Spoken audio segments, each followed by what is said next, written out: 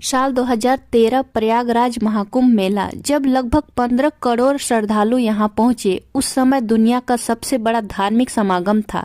इसके बाद 2019 में अर्धकुंभ मेले का आयोजन हुआ, जिसमें लगभग 15 करोड़ श्रद्धालु ने हिस्सा लिया और अब 2025 में महाकुंभ मेले का इतिहास में सबसे बड़ी धार्मिक सभा का केंद्र बन गया है, जहां 40 करोड़ श्रद्धालु पहुंचने की उम्मीद है।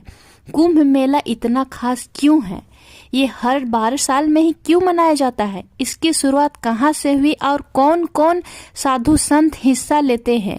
सबसे पहले किन साधुओं को शाही स्नान कराने का मौका मिलता है?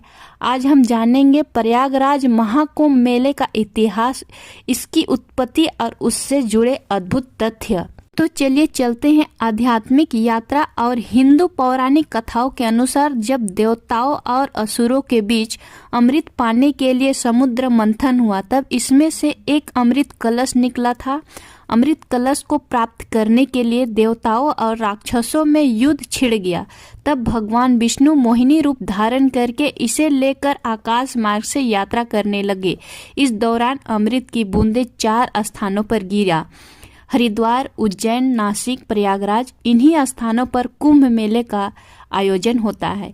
ये माना जाता है कि पवित्र स्थानों पर अमृत की बूंदें गिरने से यहाँ के जल में दिव्य शक्ति आ गई और यहाँ स्नान करने से व्यक्ति के सारे पाप धुल जाते हैं और मोक्ष की प्राप्ति होती है। कुंभ शब्द का शाब्दिक अर्थ संस्कृत में घड़ा, कलश या पात्र होता है। ये शब्द वेदों में अक्सर जल को धारण करने वाले पात्र होते हैं या फिर अमृत से जुड़ी पौराणिक कथाओं से मिलता है। प्रयागराज और स्नान तीर्थ यात्रा का सबसे प्राचीन उल्लेख ऋग्वेद के परिशिष्ट में मिलता है। या इस बात का प्रमाण यह है कि यह स्थान स्नान उत्सव वैदिक काल से ही पवित्र माना जाता है।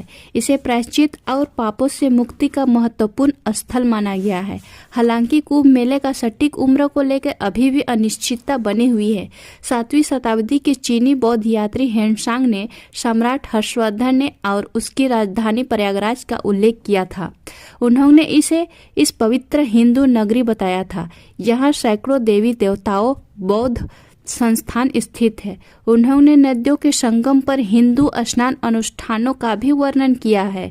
कुछ विद्वानों के अनुसार 644 ईस्वी में प्रयागराज आयोजित कुंभ मेले का सबसे पुराना ऐतिहासिक संदर्भ माना जाता है। इन पुराणों शैली के ग्रंथों में प्रयागराज को एक ऐसा स्थल बताया गया है जो श्रद्धालु, पुजारियों, व्यापारियों, भिक्षुकों और मार्गदर्शकों से भरा रहता है।